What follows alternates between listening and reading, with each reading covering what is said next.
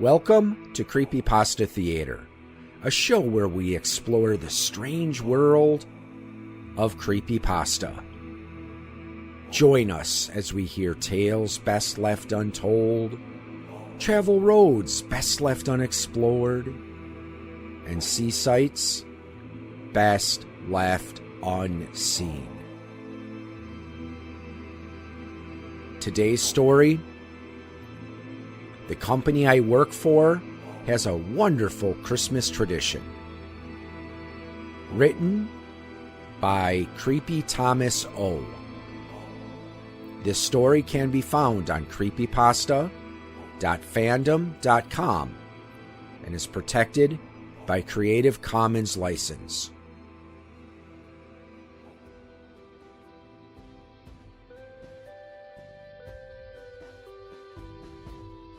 At my company's annual Christmas party, there's always a table full of presents. One of the presents is extra special. We just don't know which one. At this year's party, there were about 300 employees gathered in the event space on the first floor, far below the offices and boardrooms on the upper floors where the company typically does business. We'd all been led inside and instructed to pick up one of the nicely wrapped gifts off the table. This was no different than the year before, or any of the years before that. I selected one at random. There was no point in trying to figure out which box held which gift, so I just grabbed something from the middle of the table. Last year, I unwrapped my gift to find a voucher for an all-expenses-paid ski vacation to Colorado. My wife, kids, and I had a great time. Another such gift would be greatly appreciated. Our CEO, Mr. Jackson, was abnormally cheerful, but I suppose that was just the Christmas brandy kicking in. As the happy holiday banter filtered across the room, he stood on a platform and held up his arms to silence the crowd, and then waited for the excited chatter to recede. It was typical for him to place a high priority on brevity, and today was no different. "Well, we've had another very successful year," he said as drunken applause and enthusiastic hoots and hollers erupted from the crowd. He paused a moment to let everyone quiet down, though the smile on his face showed that he was enjoying the festive atmosphere. "Sales are up 125% over last year," he continued.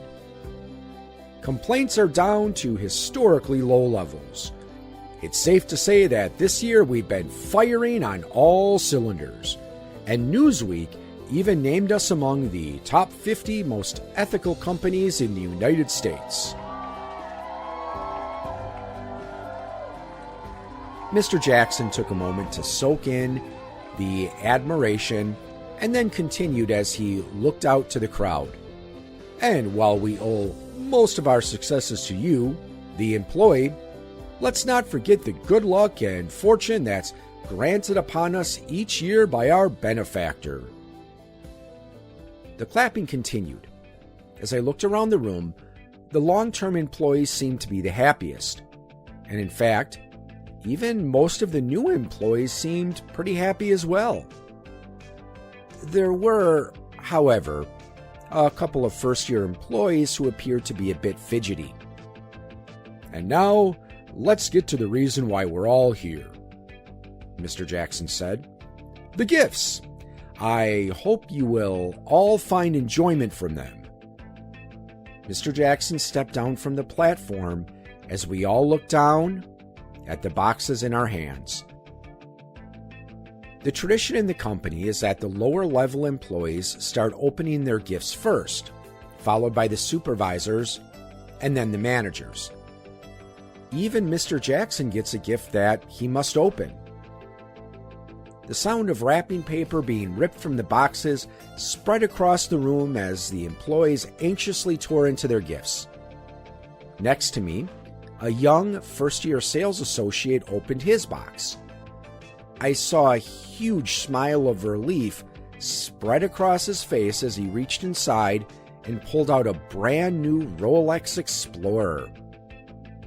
"Wow, what a nice watch," I said to him.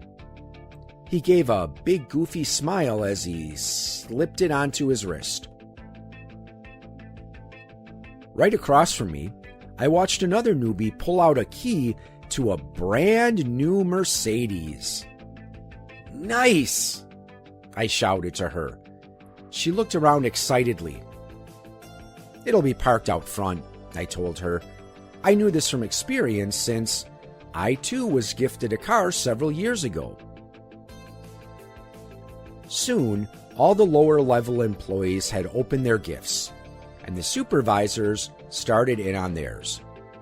I began to carefully unwrap mine. I'll admit, at that moment, I was scared. I spend my entire year feeling great. But every year, those few seconds I spend opening my gift seem like they go on for an hour. As I lifted the lid from the box, I was happy to find a stack of cash inside. Can't go wrong with cash, I thought. I flipped through the stack to get a quick estimate of the value. It was probably about $5,000. It was right about then that I heard someone scream. I turned around to see Shirley, one of my fellow supervisors, holding an empty box in one hand, and in the other, she held the plain rock she just pulled out of it. "No!" she said. "This isn't the box I wanted. I wanted to get that one over there." She dropped her box and pointed to the lady who had been gifted the Mercedes. "But she grabbed it before I could." People around her shook their heads in disappointment. "Shirley," I said to her in a low tone, "try to be a little more dignified." Shirley dropped the rock. It clattered on the ground as those around her began to step back slowly. "No, I won't be more dignified. This isn't fair." I have to admit, I was a bit disappointed with Shirley's reaction. She'd worked there long enough to know better than to pitch a fit. Most people who end up with the rock accept the situation graciously, and some even give a brief thank you speech while they're still able. Shirley? She was still complaining as she was jerked into the air by some unseen force. She levitated a few feet off of the ground as her body began to smolder. Smoke spilled out from the neckline of her blouse. Her hair began singeing at its tips and then burned all the way down to her scalp.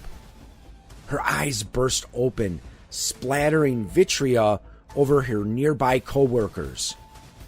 Dark smoke began spewing from her mouth as her body slowly turned into ash, with the effect starting at her feet and working its way up to her head. After a long minute, Shirley was no more than a pile of slag on the ground.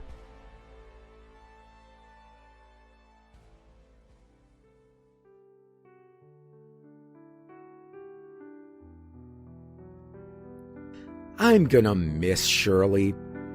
It's true that she didn't handle herself in a dignified manner when it mattered most, but she was a friendly coworker and damn good at her job. However, success and the finer things that accompany it don't come without some sort of sacrifice, and a sacrifice must be given every year. For those of you worried about Shirley, don't be. Her husband and children will be well compensated for their loss. After all, the company is incredibly successful and has plenty of money to throw around. And with our powerful benefactor continuing to look out for us, we're destined to have yet another banner year. Anyway, if anyone's looking for a job, we have an opening at the supervisory level. Prior supervisory experience is helpful, but not absolutely essential. The job offers fantastic compensation, an unheard of benefits package, year-long perks, and of course, an absolutely killer annual Christmas party, which is not to be missed.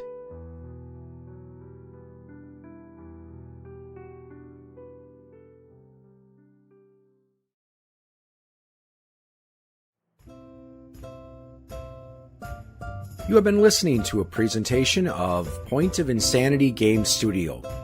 Visit us on the web at www.poigamestudio.com.